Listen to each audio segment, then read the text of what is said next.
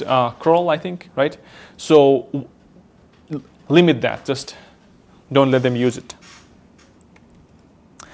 Detection and monitoring. Could have used SIEM. If we have used SIEM, then those kind of things would be flagged quickly, and then we'll be able to respond. File integrity monitoring would have helped. And also EDR. If someone is trying to sign into something, and then that device could pick that up, send that to the SIEM, and then would be able to do something. Respond, recovery, and resilience. Regular testing, backups, immutable backup storage, and incident response playbook. What does that mean? Do you know? Incident response playbook.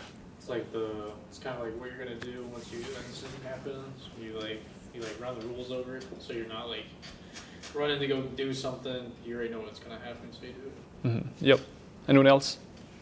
Yeah, same thing. It's when like a data breach or something like occurs, like how you're going to respond, not just pull all the cables from the server. Right.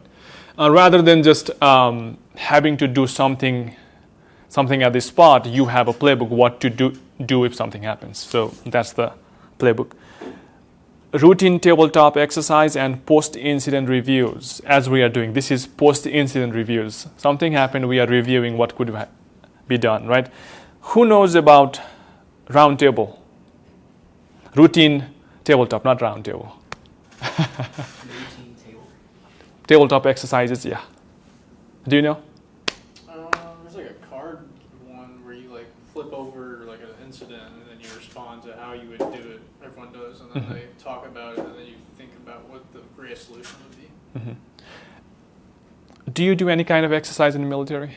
Yes. That's what it is. You have a scenario, and then you have to. How would you respond to that? And that's safety drill. Yeah, safety drill, fire drill counts as that.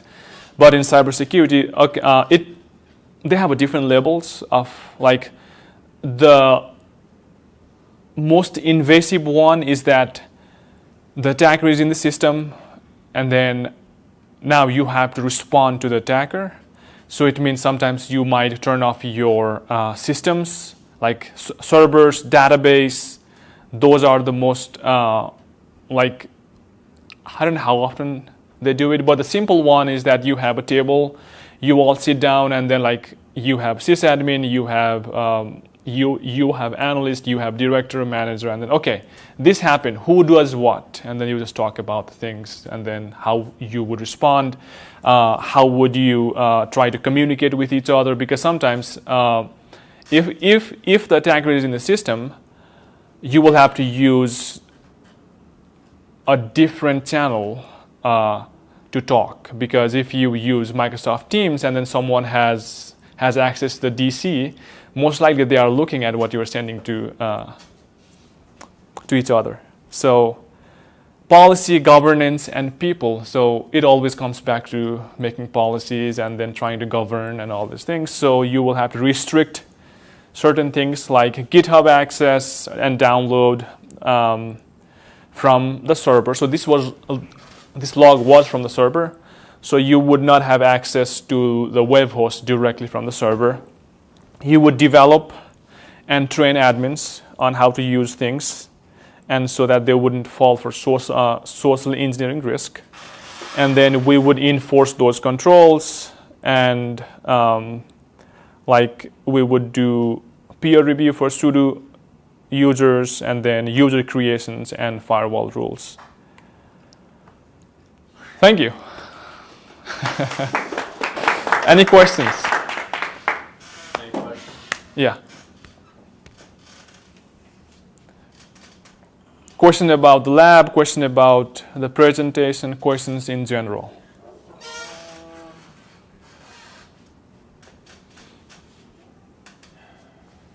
Any questions for us? What did you learn today? That's a reverse shell right There you go. How do you do reverse shell?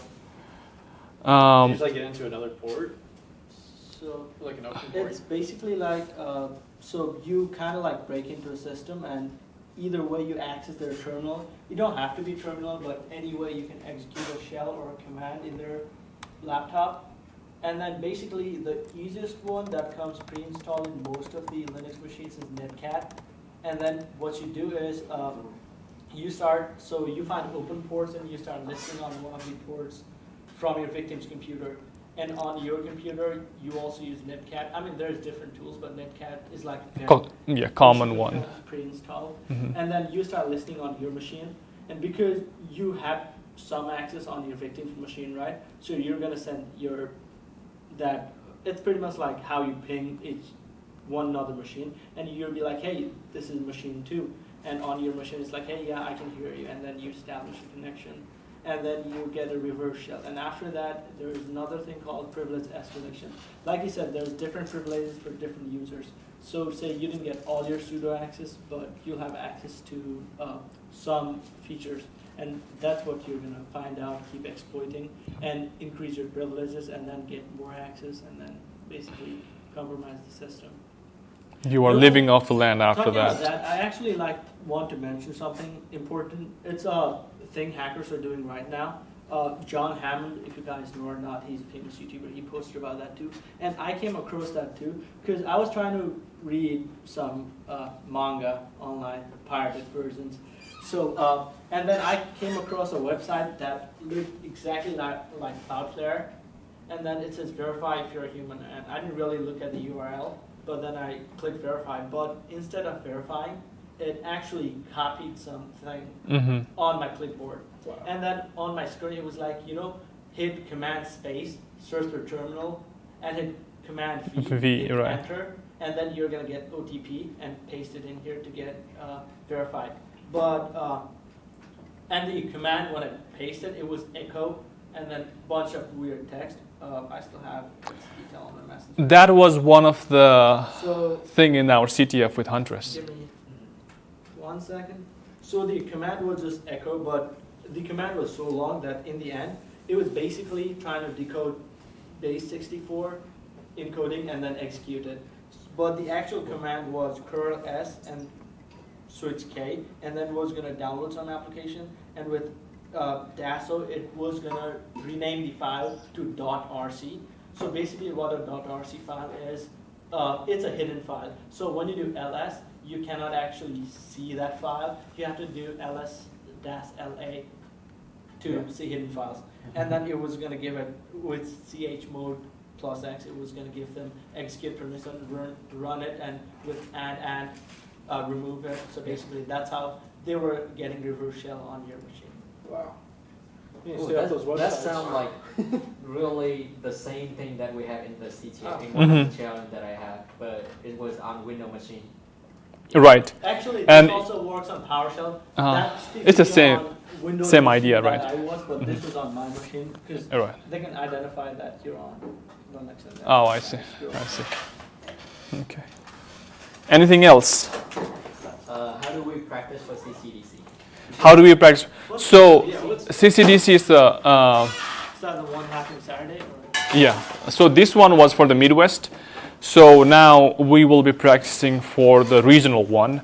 So what I'm thinking is that once we have a team, we decide on what day we could meet. And then I think the best thing to do is do it online in Discord and then practice there.